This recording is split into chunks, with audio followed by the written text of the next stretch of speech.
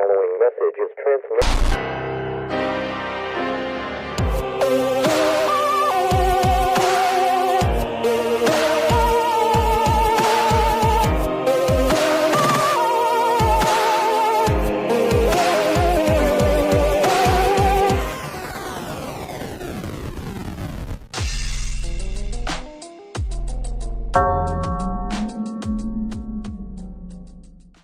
Welcome back to the Order of Chaos podcast, where we discuss witchcraft, the occult, and paranormal, as well as psychology, personal growth, and transformation.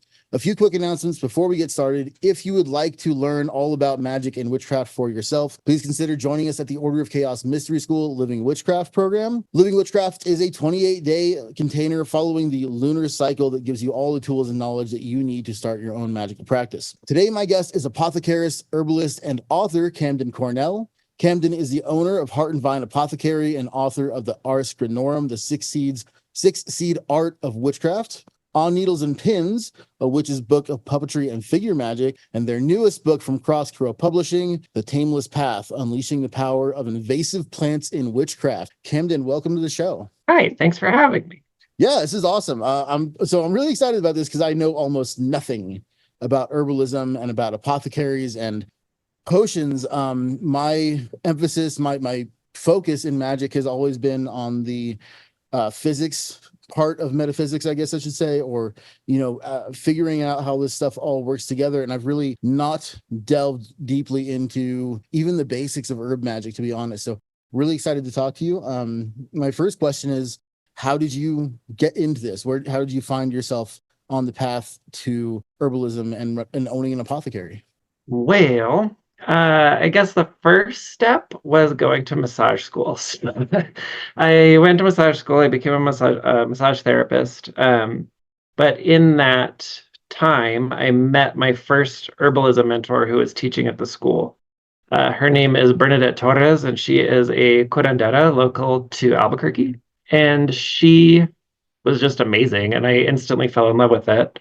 I had always wanted to know more about herbalism, but had trouble finding sources that I really trusted, and I wanted a teacher. So when I found Bernadette, I ran with it.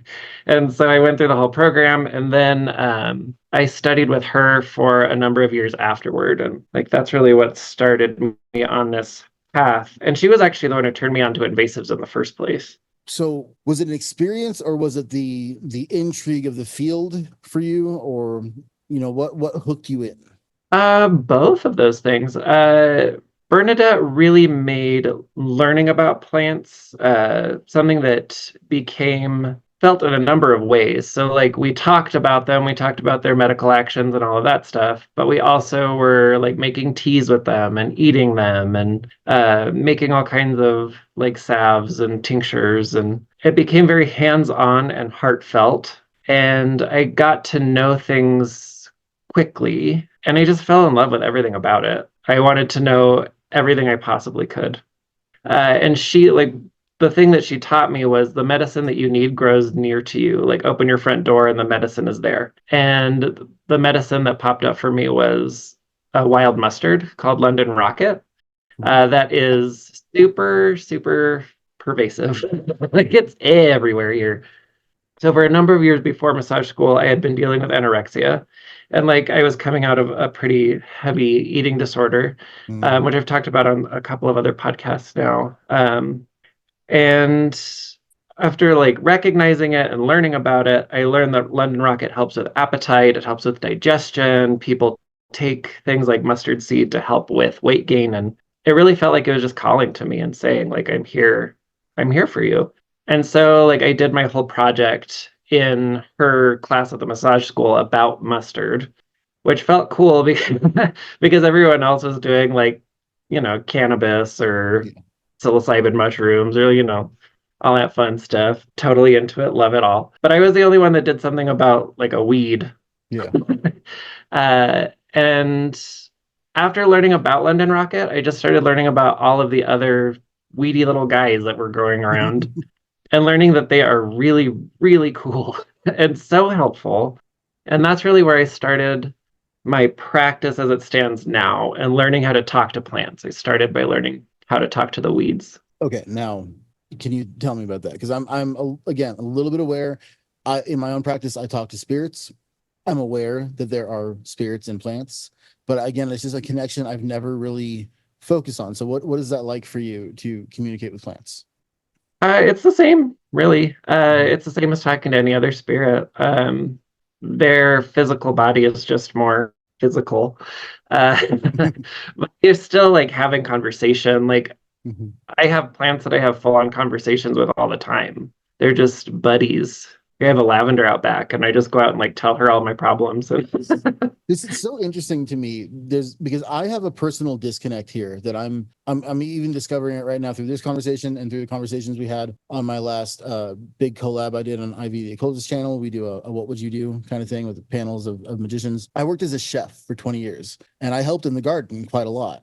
We grew our own everything. And so my relationship to plants and to food in that area of my life is really strong. I mean, really, I worked in fine dining and we were doing all kinds of crazy things. Like I'm very familiar with rocket. That's why I laughed when you said it. And mustard, these are things I know a lot about, but not in my magical practice. And I wonder why there's that. Like I have like a steel brick of separation between those two things in my life, and I'm not sure why that is. Sorry, I'm just kind of like ranting here, but I'm thinking about it as you're talking.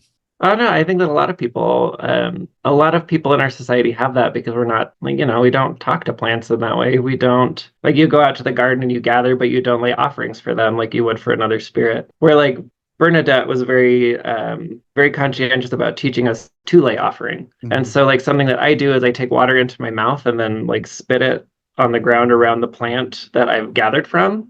In what I feel is an exchange of the water of my body for the water of the plant's body.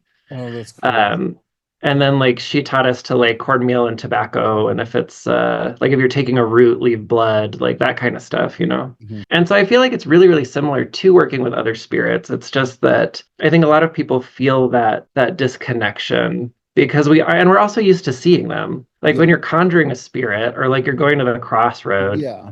like you're doing it's a magical rite or function in order to make contact with a thing that isn't always there or like you're not always perceiving it Right. where like London Rocket is just in the alley and in every crack of the sidewalk and like it's just there all the time. And so I think that it does take like a further step of personal mindfuckery maybe like to Yeah, walk yeah, totally. over That's the all it brick. is, right? Because there's the disconnection doesn't make sense to me. It's subconscious, obviously, and it's as you're saying this, I'm thinking, okay, it's a practicality thing, right? Now, in my own practice and in my school, I'm trying to bring the what seems to be more magical, talking to spirits and doing things that seem more esoteric, and say this is actually very practical, right? And what you're doing is taking something practical and saying there's actually a very esoteric element to this, and yeah, that's really cool. I appreciate that. Yeah. So I I like assume you're probably aware of this thing called the Baxter effect. If you've heard I'm of actually this, not. you're not. Okay, this is really interesting because this is one of the things that got me thinking about plants in the first place. It's called the Baxter effect. I can't remember the man's first name, but his last name is Baxter. And he did an experiment where he hooked up lie detectors to plants and measured their responses to particular stimuli. And he demonstrated that they can show fear and they can show emotion through this lie detector test. He had one hooked up to a plant, and on the other side of the room, he lit a match, and there was an instant fear response from the plant. Yeah, I mean, that like a lot of studies have been done to show like how plants speak to each other through like their root networks and like how Mhm. mycelium works as kind of like a group neural net and Yeah.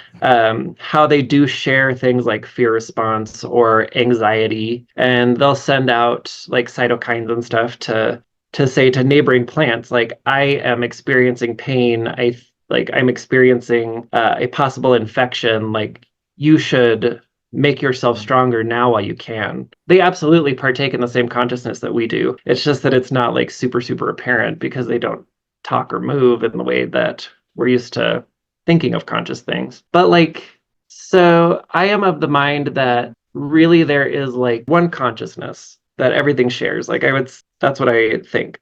And that individuation and individuality comes through perception, not necessarily I consciousness. fully And agree. so I feel that shifting perception allows you to see more deeply into the consciousness of this other thing and allows it to perceive you more fully as well. And so then you can start creating this, like co creating a reality together in the Mhm. way that we're used to doing with other humans and animals and that kind of stuff. Yeah. So it's about including, and this is great because this is leading into my next question perfectly, because you identify as a bioregional animist. Is that correct? And Yeah. what does that mean to you? And how did you come to identify as such? So, honestly, the first time I really heard about bioregionalism was through Aaron Oberon in their book Southern Cunning, and from there, it made so much sense, especially with what I had been learning. Like all the plants around me have something to teach me about the land that I'm on. And throughout my entire life, I've been an animist. Like I've always thought that there's a spirit in everything, and Yes. like every name is a spirit, every word is a spirit, everything that I'm interacting with, Everything. Right? there is this deep spiritual connectivity that takes place between us. And so being a bioregional animist, I think, is really turning that toward the land that you're on, the region that you live in. What are the animals there? What are the plants there? What is the climate like? What's the history of the land, including the people that have lived on it? How did the land that you live on form? Like, what are the primary minerals in the soil that like create the food that you eat if you eat locally? And like my husband and I try to eat as locally as possible, and we've made a bunch of connections with farmers. And I work at like a small grocery store that does only local food. Like, Nice. if it's not grown or produced here, we don't sell it. The practice of doing that, I think, has really led me to a deeper understanding of herbalism in general, and has also helped me to understand how like I function in the communities that I'm a part of, and how, especially as a magical practitioner, how is my magic affected by the world and the context that I have come up in. Does that answer your question? I mean, yeah, it does. Like, yes, it does.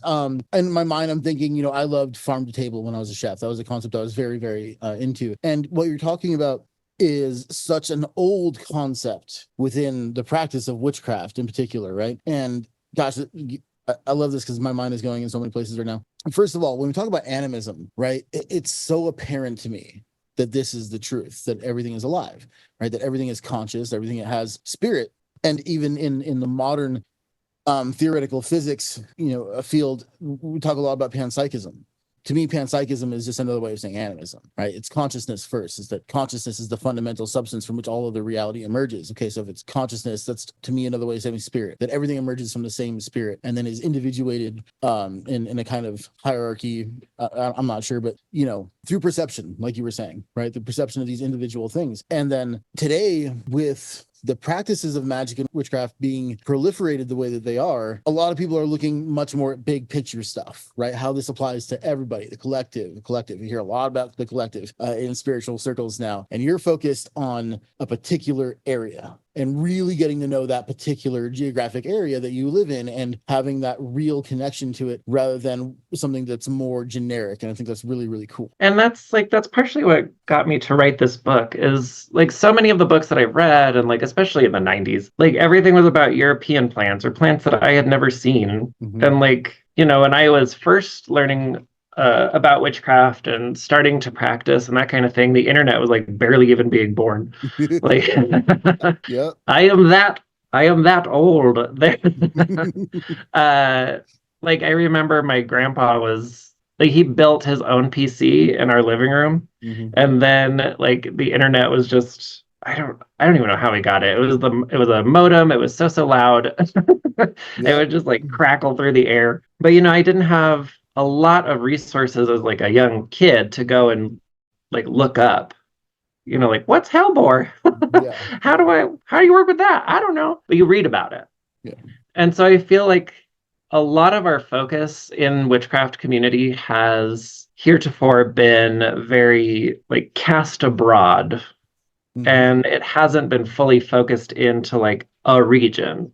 That started in the early mid 2000 times, whatever timey-wimey thing we want to do there. But anyway, people started focusing more into their region. And so this book is like largely plants that I have worked with personally and that grow around me and that I have been able to make a good relationship with, but they're plants that no one's written about. Mhm. And so I wanted to do something where we could like bring the lens back down into a smaller area and like really look at things that are right in front of us. Like kind of how we know more about space than we do the sea. Like Yeah, totally. Yes. Yeah, exactly. And I'm just thinking to myself here, I spent about 2 years living in New Orleans, and I wish I had done more of this during that time of my life. But I was a chef at the time. I worked 15 hours a day. I didn't get to see daylight very often. But there's a particular ingredient that goes into gumbo at the very end, and it's called filet, right? But what it is ground sassafras. And it's such a special ingredient. You can't just go buy it at the store. If you don't live in Louisiana, you're gonna have to order it from and get it shipped here, right? And that's something I think I'd like to try and form a connection with. And I don't even know what the plant looks like. I always just see it ground up in a bottle. it's a really cool tree. Yeah, Yeah. I'd And really like check the that root out. bark really does smell like root beer. Like it's Mhm. a really neat little tree. That's really, really cool.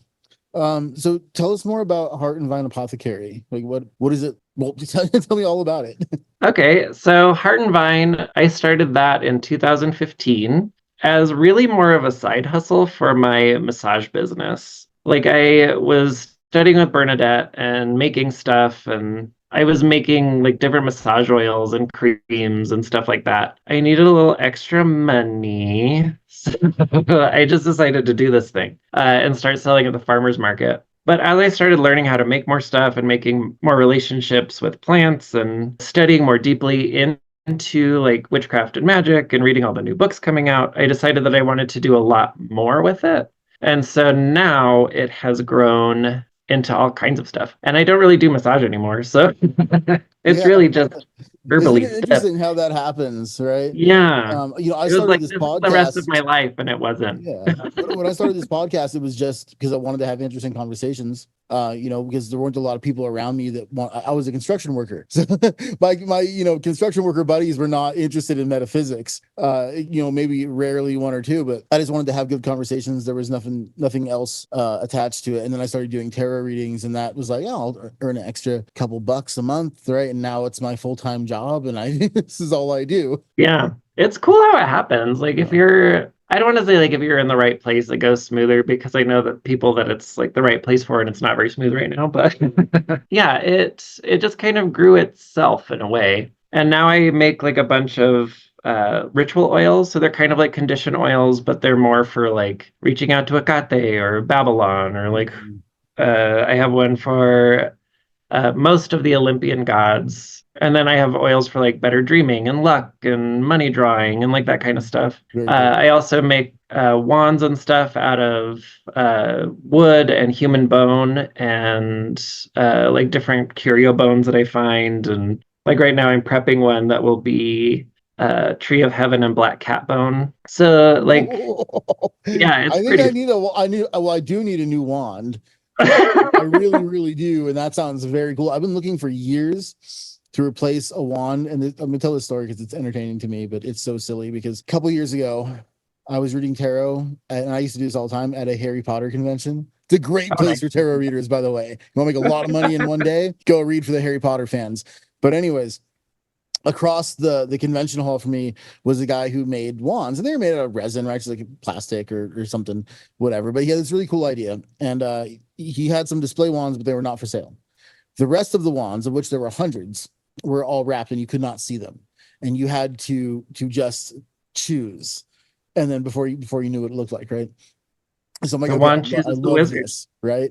Yeah, exactly. So hundreds of these, right? And I'm just like, I'm looking for the one, and then I found it. I'm like, I feel it. That's the one, and I picked it up and then pulled it out and unwrapped it, and I kid you not, man, on this wand was the image of a snake, which perfectly matches my logo to my business. Then the sigil that was actually gifted to me from my spirit guides, like it was precisely the same.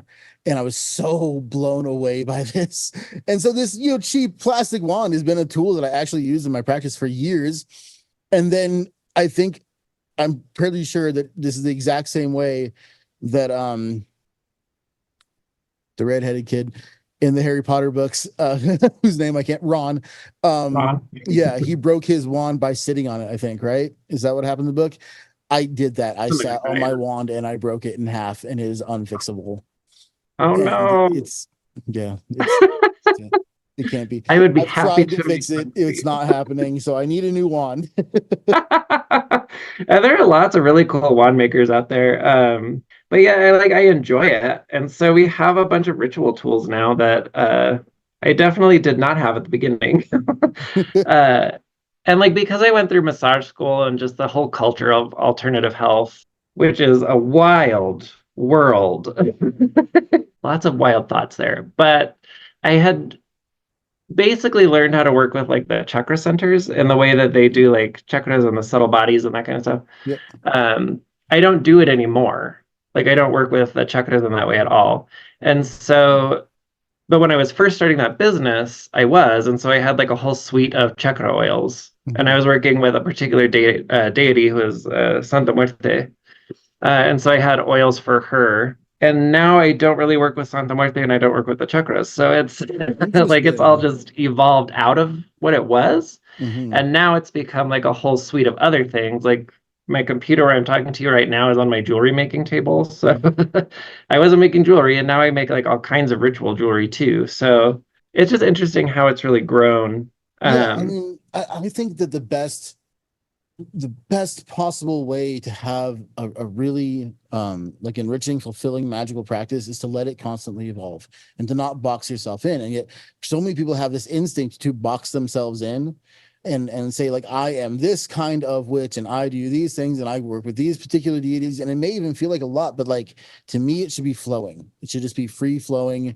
And it's wonderful to find out that you were wrong about something, right? It's not embarrassing. It's not a bad thing. It just means that now you're a little bit closer to being right than you were before, right? I 100% agree with you. Yeah, it's great. So, quick question, because I recently had Cressida Stone here on the podcast, and she also gave a guest lecture in my course, and she is a devotee of Santa Muerte, and I have an altar to Santa Muerte upstairs in my house as well. Now, for you, I mean, not a lot of people disconnect from Santa Muerte.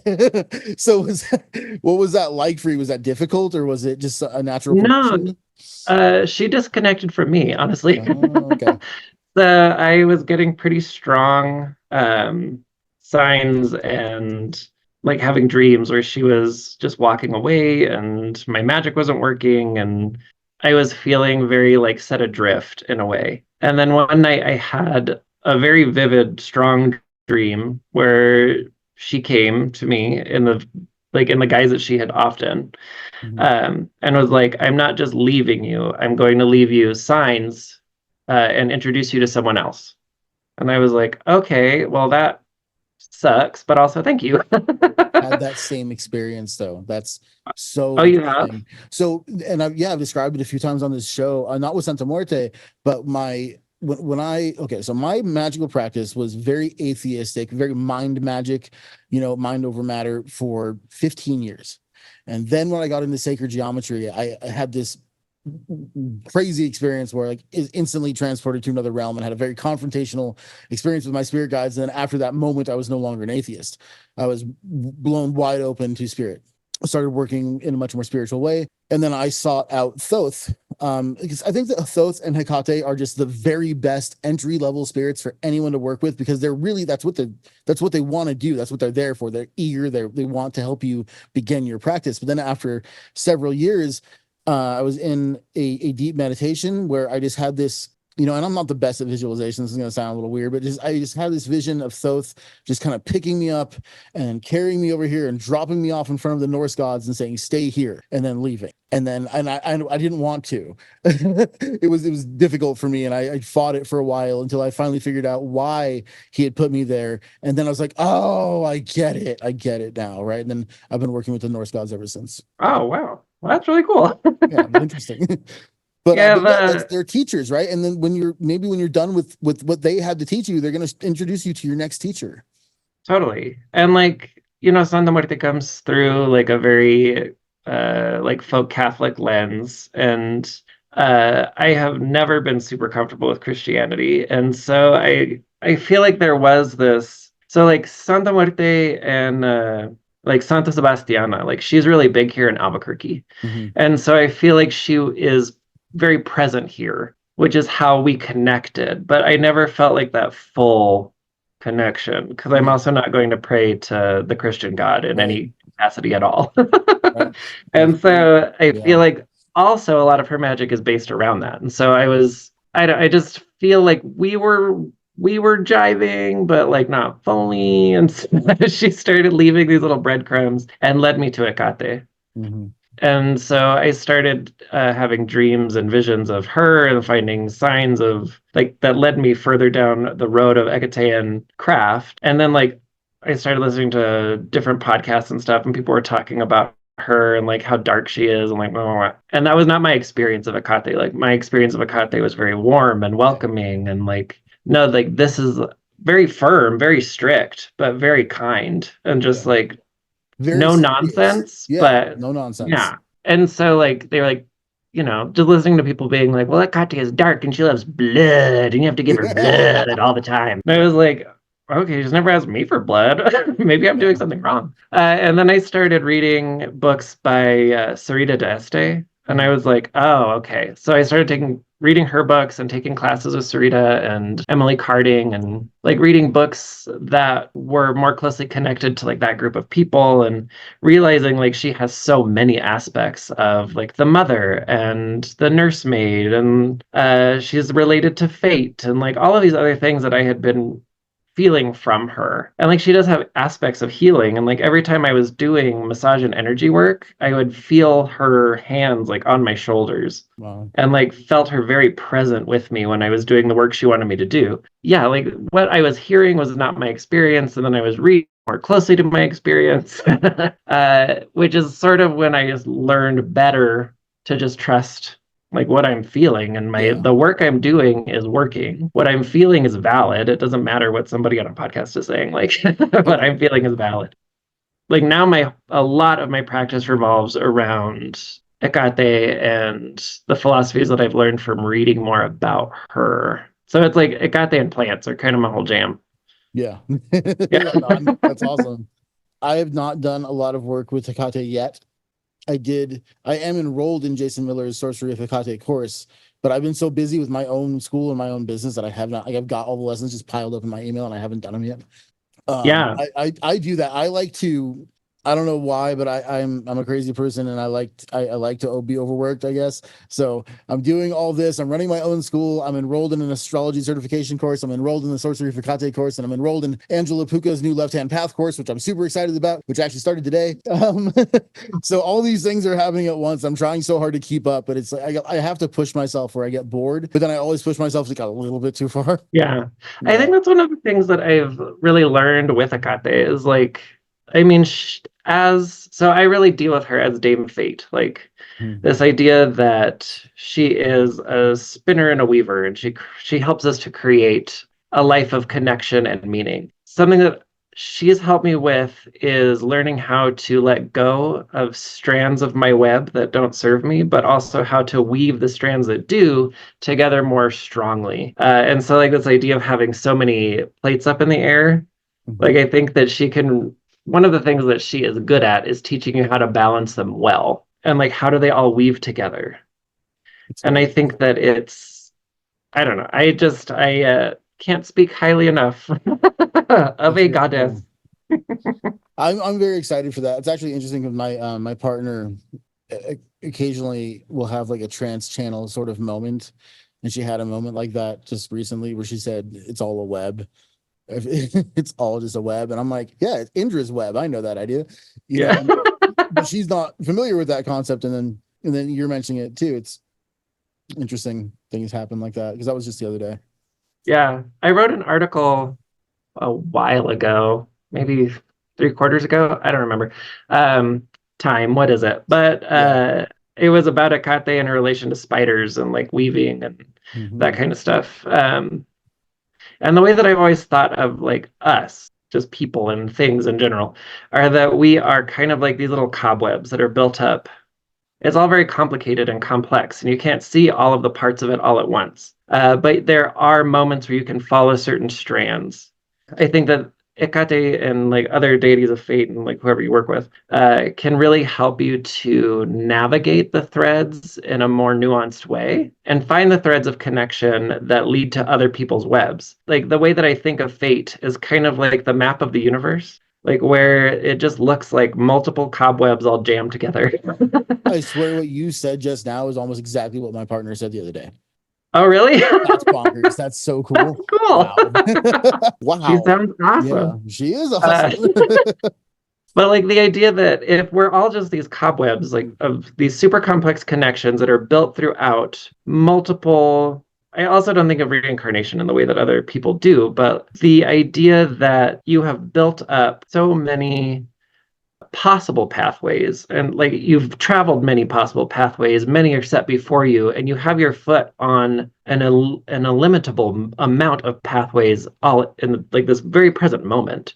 Yes. Each moment ticks down. It may like tick down one pathway, but that doesn't mean that there isn't this limitless amount of pathways before you, right? And so it's incredibly difficult to look at and to feel it out. But all of those pathways are in some way connected to another person's web.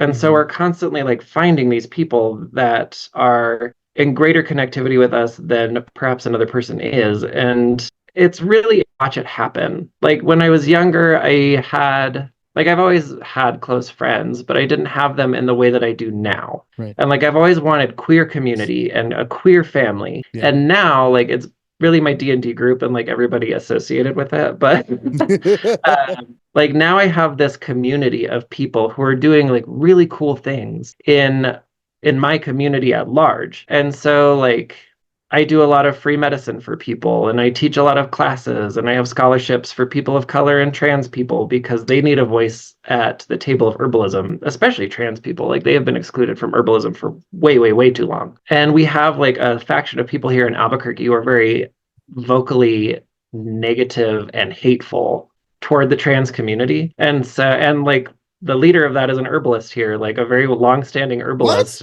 wife. Yeah. And so I've just kind of taken on like making sure that the trans voice is heard in our community specifically. And then I have another friend who runs a farm where they teach like you can go and join a slaughter and learn like that process and like how humbling it is. You can go and help on the farm and learn how to grow plants. You can go milk a sheep, or not a sheep, a goat, whatever the hell it is. I have another friend who goes out and like helps queer youth and like is an art teacher and teaches art like at very low prices and like just goes out and joins the queer youth in the community and shows them how to be an adult queer experiencing joy. Like it's, you know, like I have this really cool community now and I feel that it's just been interesting to watch it coalesce and like watch as my web grows because of my connections to these people. Yeah. Like I think so partially what got me thinking around this is Cat's Cradle by Kurt Vonnegut. And in that book, he talks about the karass and how people are kind of born at the same time who can influence each other's lives and they have like meaning to one another. You may never meet them, but because you exist at the same time, like there's this preponderance of meaning that you both generate. Yeah. And so I feel like it's incredibly lucky to meet people who are, and like meet people and bring them into your life who may have that type of connection to you. Wow, I feel like I just went down like a crazy pathway. It was so cool though. It was so cool. And I have three separate responses to what you just said. So bear with me here because what you just said was amazing, right? So I'm going to tackle this from three different things. And then I would like to move on to invasive plants because that's what your new book is all about. But okay. What you were saying is so in alignment with what I feel and what I've always kind of known, and the way you described it had an extra dimension that I don't generally talk about. So I'm with you there. And as you're talking about these webs, I feel like we are navigating these webs, just like you said. And there are infinite pathways laid out in front of you, right? But that's not determinism because there are infinite pathways. Even though the pathways are already there, that's maybe a type of determinism. And I believe exactly that. I believe, and I'm going to use these terms in a way that is personal to me. These aren't like correct, but I call destiny, let's say, reaching a very high possibility for yourself. And I would call fate being a more deterministic, lower outcome. And again, those terms are that's just like, you just say high and low, whatever, right? Because I know those terms get interchanged in different cultures. But anyways, I feel as you move up that that connectedness, what you get is more connection.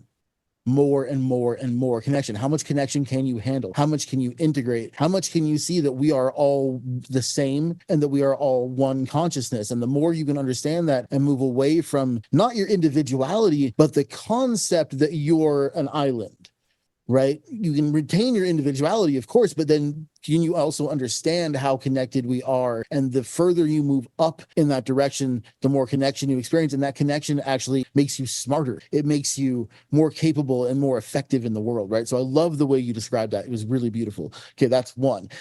Second response to everything you just said, my own spirit guides. I had an experience, and I was just talking about this on my last episode with David Shoemaker. I had an experience very akin to what ceremonial magicians would call the knowledge and conversation with the holy guardian angel. In that conversation, one of the things that was said to me was that you incarnate here with a bunch of other people and you're all connected and have sort of a group mission. And part of what you are supposed to do with your life is seek them out and find them and help each other to accomplish this kind of group mission. So what you were saying is like almost spot on identical to that. And I love it. And then I totally forgot, because I'm such an ADHD person, what the third thing I was going to say was. But man, that rant you just went on was incredible. I loved it. Thank you. Yeah. One fellow ADHDer to another. It's an interesting brain we've got. Yes. But like you mentioned destiny, and like I like the idea. So the idea that fate are these webs, right? Like I also did a little bit of research before doing this. Like I listened to some of your other stuff, and I listened to the one with Sarah Mastros, who I have never met. And after your interview with her, I want to meet her, and I want to be her best friend. Oh my God, right? She sounds so cool. But like you were talking about the idea, like the Sapir-Whorf theory, and the idea that your vocabulary actually is what can alter your ability to perceive. Yeah. And so like with these webs and how complex they are, there are pathways that you will never notice. You will never see them because you do not have the words. You don't have the vocabulary to recognize them. Yes.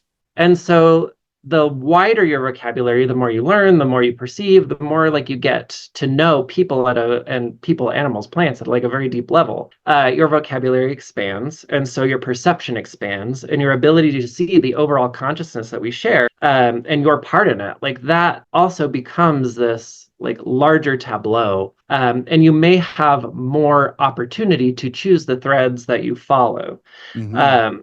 And so like that's where I'm thinking of fate, like, and especially with Akate as Dame Fate, like she's woven this thing, a much higher mind than mine, and so like sees way more than I do, but has given me the tools to recognize what I can. And then I like this idea of destiny as like the vibration of a thread, right? Like there's this thing that leads you down. Yeah. I am alerted to a particular thing. Yes. And like that can be the spirits that you work with, making it very clear, like you should read this book, or dropping things in your path. Like synchronicity, signs, and omens, and like, your ability to recognize and follow them.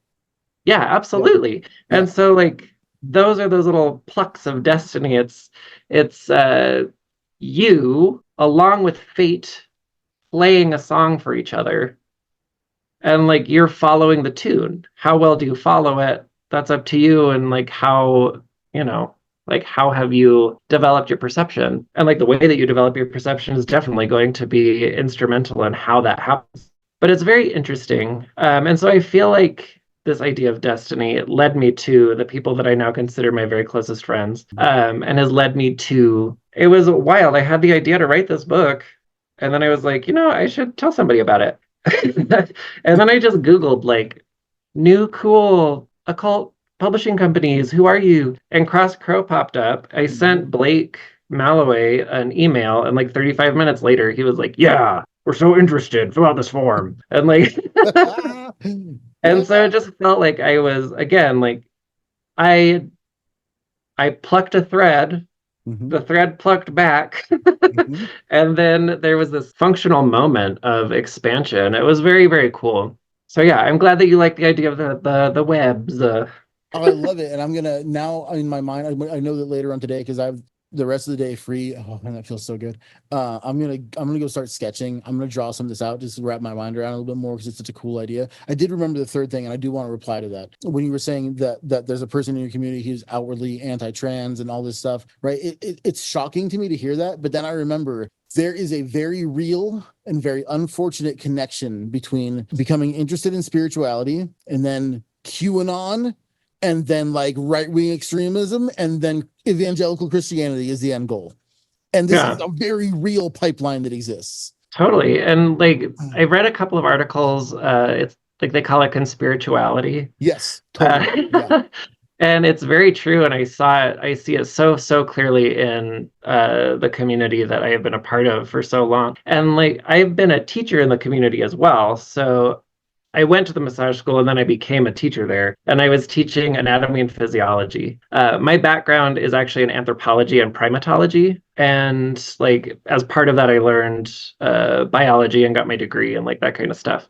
And going through the school was different than teaching there because going through the school, you're kind of like thrown into it and you're being touched like all the time. Like you're constantly getting body work or energy work, or like you're taking a tincture or a tea, or you're eating homemade sushi. Like, and you're in a very, very small cohort going through the same stuff. And I think it's a really cool part of like massage training and energy work training, like being part of a cohort and learning together. That does kind of blind you to some of the stuff that's going on. So then when I started teaching, I was like, oh, okay, you all believe shit. You don't know anything about the human body or biology. And so I felt that's part of where I started feeling the need to be like really active in the community as a teacher and just like, no, like, and offering in the past, I haven't done it very recently, but I used to offer like free biology classes, like just go to this place and I'll teach you about the human body, like especially the human reproductive system. Let's learn about that. Because the things that people believe are just insane. Yeah, the pipeline there is really, really very straightforward and very strange and very apparent and very hurtful to both communities, really. It is, yeah. Yeah, because in you're trying to learn, hopefully, from my point of view, if you are on a path of spiritual awareness, that path leads to the understanding that we are all one thing. Just like you are not, I mean, you are Kamden, but you are a trillion living organisms calling themselves Kamden, right? And we are trillions of living organisms calling ourselves planet Earth, and then planet Earth is one fucking speck in the macrocosm of the all of the universe, right? So the way that I think about the physical is just like a condensation, right? Like a condensation of this consciousness perceiving itself and perceiving other things. Yes. So like I think it was Bertrand Russell who said there is a reality I know not what, or like there is a real thing I know not what it is. And I think that that's very true. Like, what is the reality that we're taking part in? There is a reality, like there's something that we're interfacing with. I don't think that I will ever be able to fully say what that is as me. Like the idea that we are a physical form of consciousness experiencing non-physical forms of consciousness in a universe that is difficult to pin down because it's sort of physical and not physical at the same time. And then also being magical practitioners, dealing with things and learning to perceive things that are not physical at all, but still have form. Also knowing that those things exist beyond form. And like, it's just this constant expansion all the time. It's mind-boggling is what it is. It's mind-boggling. And I feel like I keep going down these weird little alleyways and not answering your question, but I'm having fun. So thank you. Well, yeah, I mean, and that's part of the thing, right? It's part of living in this world is understanding that your questions never get completely fully answered. And that to believe you have the complete and correct answer is arrogance and it's hubris and it's incorrect. So I love this quote. Whenever I start to get there, that place from like thinking about the ultimate reality, which is quite often, which I envision as just like a pool of consciousness from which, and that's just, you can't get past, that's the barrier for me at least, right? But I always think of Bodhidharma, and I'm not going to recite the entire story, but he was asked, what is I think it was the first holy principle, and he's teaching Zen Buddhism, and his answer was vast emptiness and nothing holy. Yeah. Right. What the fuck does that mean? Well, if you study metaphysics long enough, that's the answer you come to: vast emptiness and nothing holy. Right. Yeah. I think that is a very apt description. it's bonkers, but it makes sense in a way that is beautiful and allows you to see that the reality you live in is more subjective than you realize, for one thing, right? The last time I ingested mushrooms, I had a long conversation with Shiva. This is what I did all night long, and I don't remember much of it, but I remember the end of the conversation. And the end of the conversation, Shiva said to me, "It's all a joke. This is all a joke. God just wants you to laugh." Mm-hmm.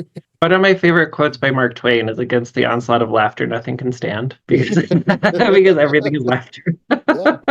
Yeah. I like that a lot.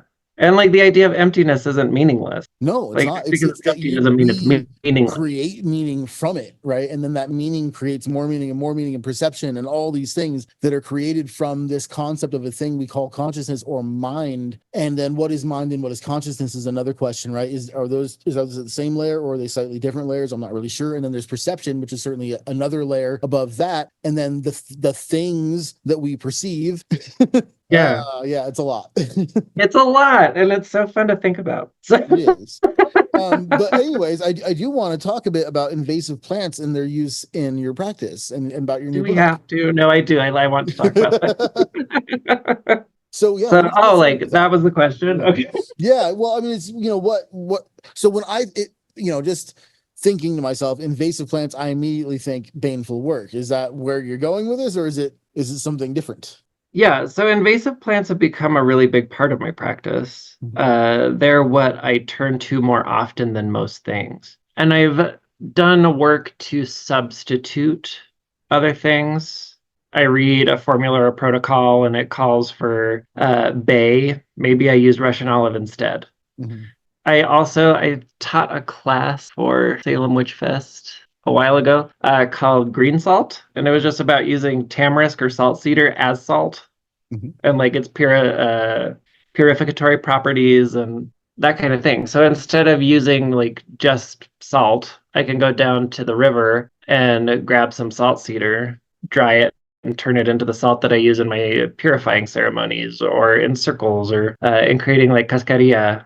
So like they have become a major part of my practice. They're not the only plants I work with. They just happen to be more present, and we've learned to work together very well over the years. What drew you to invasive species in particular? Like, was it just the prevalence of them, or is there something about, because in my mind, I think invasive species, I think, okay, these are plants that are very hardy. They're stronger than other plants. But they are invading. There's some aggression there, right? Mm-hmm. And I feel like the aggression is largely perceived. Like I think that that's in the idea that we've built around them, but I don't think that they are necessarily aggressive. Like there's a lot of new studies coming out that show that they aren't really aggressively destroying environments or killing other plants or anything like that. They seem to be more opportunistic. And that's because the land that they're growing on is already disturbed. Right. Like there's already a problem. And the invasives growing will tell you what the soil needs. It's basically the earth saying like, this is what I need. This is how I'm ill. It's like an immune response. Yeah, it's an immune response. And well, in a way, it's almost like the invasive plants are the nurses. Like they're going in and they're remediating the soil. They are refertilizing the soil. They're bringing the water back. And a lot of earlier studies that were done like with conservation in mind, not permaculture, like this very conservation minded science. We're going in and looking at like juniper or tamarisk and saying, oh, they're taking up way more water than they need and they're depleting waterways.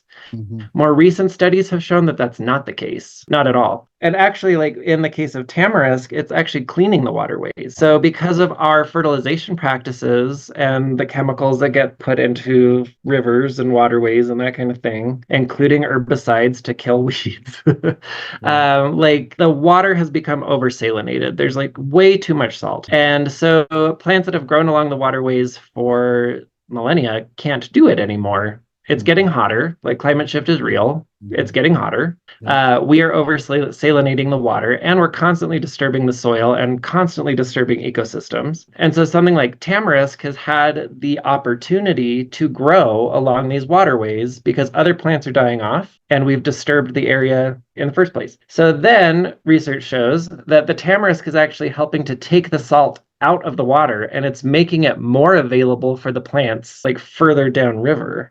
Wow. It's actually cleaning the aquifer. So it's interesting. There's so much propaganda built up around invasive plants. So first of all, go for it. There's such an industry around killing them, right? There's a huge industry, everybody should billions and know, billions of dollars. right, that Roundup doesn't just kill weeds, it kills everything. It is as toxic as a substance can be. It is a very broad spectrum poison. It was actually originally developed as a metal chelator. Like it was supposed to clean appliances. And then it was just like, oh, it also kills broadleaf plants and grasses. Maybe we could market it like that. No. And they did. So and now it's sprayed on everything. And glyphosate is like it's the most prevalently used herbicide. And then there's like imazapyr and 2,4-D and a lot of other like very prominent herbicides that are the active constituent in chemical cocktails with a bunch of inactive constituents that we aren't necessarily privy to knowing. Like they don't have to release the whole list of what's in it.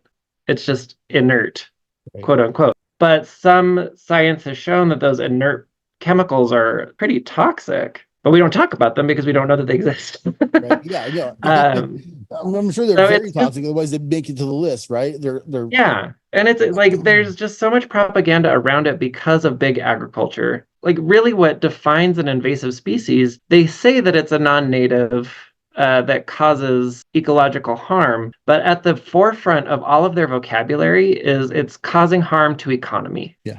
It's a plant that gets in the way of making the most profit that we can.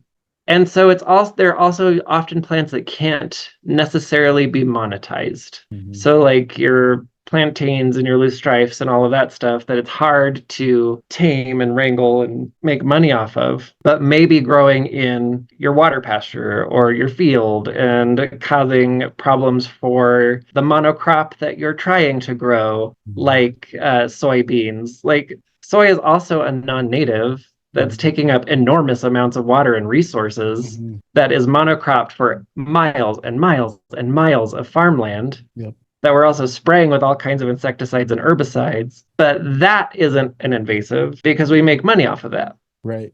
Wow. And so it's just interesting. What I really appreciate about invasives and what drew me to them initially is that they are, like you said, they're very tenacious and they are hardy. They're strong. Mm-hmm. They grow where you don't fucking want them to. And you know what? Me too, because I'm a queer. I've been told my whole life that being a homosexual is a problem. And like it's been very apparent to me the areas that I'm not wanted, that I don't belong. Recognizing that in a plant and its strength and its usefulness and how kind it is. And just the like a dandelion growing out, like not growing through a crack, but making a crack in the sidewalk and like growing through it. Or like watching Siberian elm grow out of someone's, like the stucco in someone's wall. It just found a crack to grow in and it did. Mm-hmm. Like that resiliency is so, so cool. And I have so much respect for it in invasives. Once you start learning about them, you recognize that they aren't growing really in areas that are well tended anyway.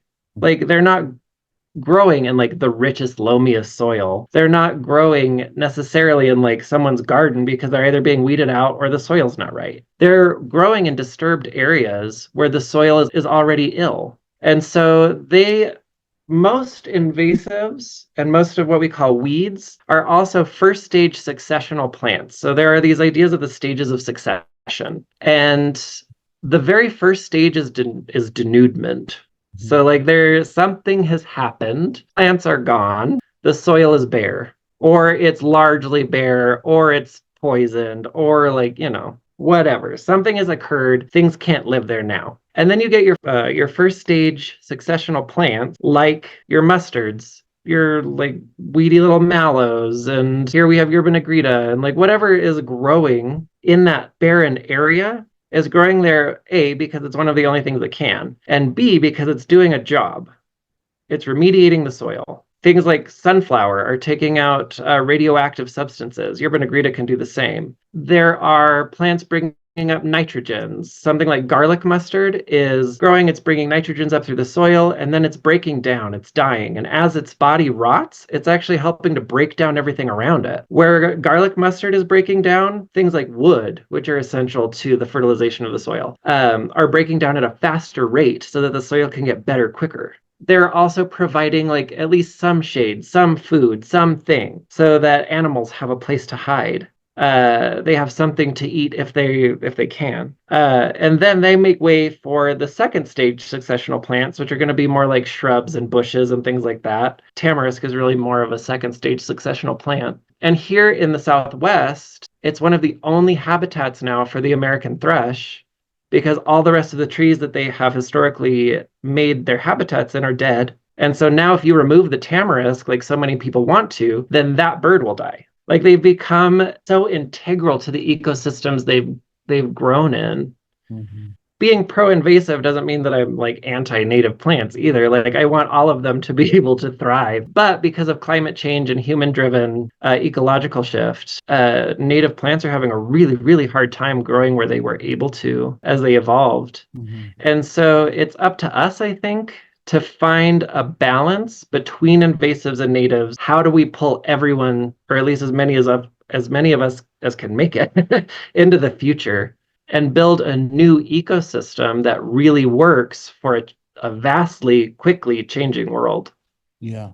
And, I think that an animistic worldview is going to be so very important to solving so many of the world's problems. I love the way you're describing this, and I intuitively feel that you're correct, right? That these invasive plants are probably doing a job that we're not letting them do. We want to stop them from doing a job. It boggles my mind that humans for so long have had this view that we are somehow separate from nature, that nature doesn't know what it's doing. We have to, and this comes from a Christian point of view or an Abrahamic point of view, that God, Yahweh, wants earth to be a certain way, and it's our job to make sure that it is that way, regardless of whether or not that's antithetical to nature. Instead of just saying, hey, nature's clearly, obviously in your face intelligent, maybe it knows what it's doing and we should just let it do what it's doing and become a part of that, the flow and the cycle of it. Absolutely. I think that is so essential. The problem being that most people don't think of nature as a conscious sentient thing. Like it's something to be manipulated or something,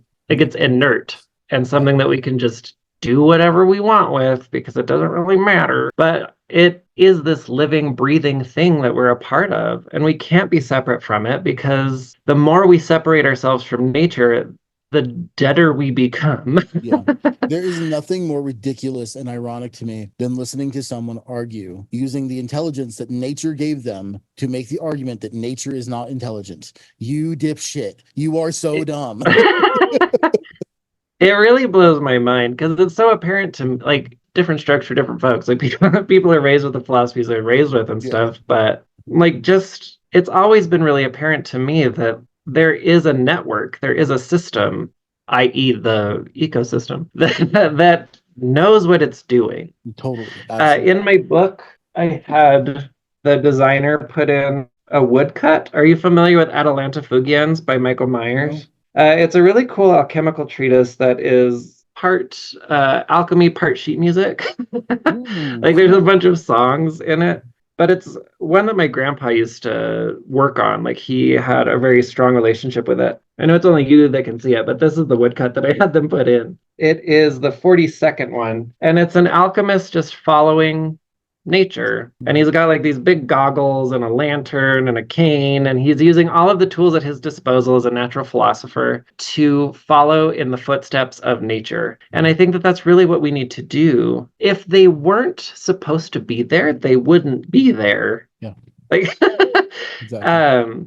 Also, like an argument that people make about invasives that also blows my mind is a number of people that I've known in my life like will go out with me and they'll look at like what I see as this verdant area, or at least as verdant as it can try to be. And they'll be, look at all these weeds, they're destroying biodiversity. And it's like, I can point out like 30 different plants here. That's pretty biodiverse. Mm-hmm. They're not destroying biodiversity. If anything, they're increasing it. And they're just these valuable little spirits that are just doing their job. So just to bring it back, it's a witchcraft podcast. We can bring it back to magic. Yeah, well, sure.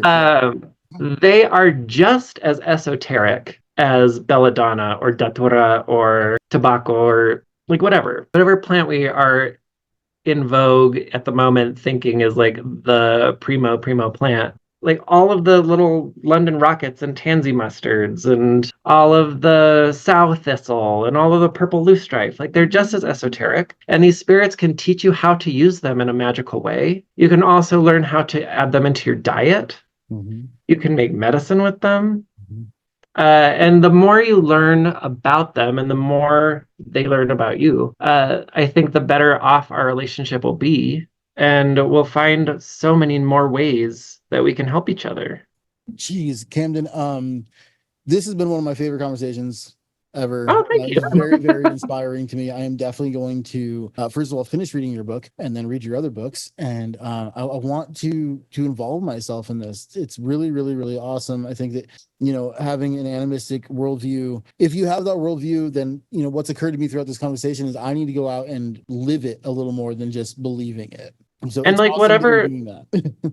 yeah, it's cool. Like whatever is growing outside of your front door. Yeah. Like, what is that? Well, I'm in a new place. I've only lived here for a year, and this is a great place to explore. Like, I live in Alberta, Canada. I'm from California, and I found myself living in Alberta, Canada. This is where I plan to stay for the rest of my life. Interestingly enough, so I have no idea. I don't know what is around here. I haven't done much exploring, but I intend to, and I want to form that connection to the plant spirits and to the earth more so than I have in the past, for sure. I want to get a little out of the mental space and a little more into the earth realm of my practice. So it's really worthwhile. It really is. And like what I tried to make clear in my book is that there are so many ways that we can get to know each other. So each of the monographs deals with culinary uses. So like there are recipes for Russian olive fruit cookies. There is a recipe for, let's just open her up and see what we fall on. Oh, Russian olive, of course, because that's like my favorite. A watermelon and Russian olive gazpacho. Like there's all kinds of things that you can do with them. I have a recipe for activated charcoal using Tree of Heaven. I have how to use Tree of Heaven like you would like a hazel wand, like to command spirits and such. Like how do you use those plants that are growing so well around you? I don't know where there's a hazel tree near me. It doesn't grow well in the Southwest. But I can tell you where there is a crap ton of Tree of Heaven just in my backyard and down the street. So, so not only is it interesting to get to know them on like a magical medical culinary basis, like you're saying, if you start with those plants and you learn about your region, then you're going to know your region way better. Since I started doing this, I know like a bunch of different trails that I didn't know before. I know what the river looks like all like in every season. I know how the valley that I lived in formed. I know the natural history of the valley that I live in, and it's gotten me so much closer to this place that I've lived my entire life. I was born and raised here.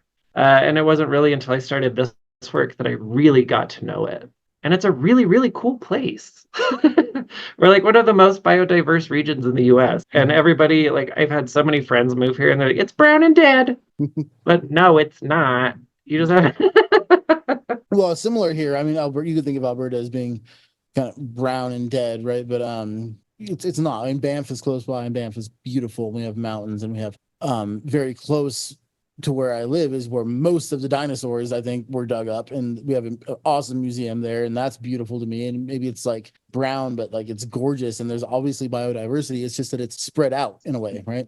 Yeah. So yeah, and I think what I'm thinking is that every region needs someone like you doing this kind of work, and the world used to be that way. Right, you could travel to a place and everyone's going to know everything about their local area. And I fully agree with you, which is why another reason for writing this book. Like, I hope that it does inspire people to go out and look and see what is in your yard and your neighbor's yard, with permission, obviously, your best friend's yard. Like, what's there? And really get to know the land you're on, and the socio-political history of the land too. I think is really, really important. Yeah. Well, Kamden, thank you so much for being on the show, and thank you for this conversation, and for all the work you do. This has been really awesome. I've got to get going, But thank you so much. And I'd love to have you back on, talk again, because I think we could go on a few more ADHD rants. I would love to. It sounds like we have very similar thought patterns. Yeah, for sure. I would love to explore that. And thank you so Yeah. much. This has been so fun. Awesome. I'm glad you had a good time. That's what this is all about, right? I started this show just because I moved around a lot and I found myself not being able to have the kind of conversations I wanted to have. I used to have these conversations with my older brother, and he got married, got very busy, and now we both have kids and we don't get to have these talks as much. So I figured I'll start a podcast and I'll just get to talk to people. It was a brilliant idea. Yeah, it's been a lot of fun. So thank you again, and I will see you next time. Yeah, thank you so much. Bye, everybody.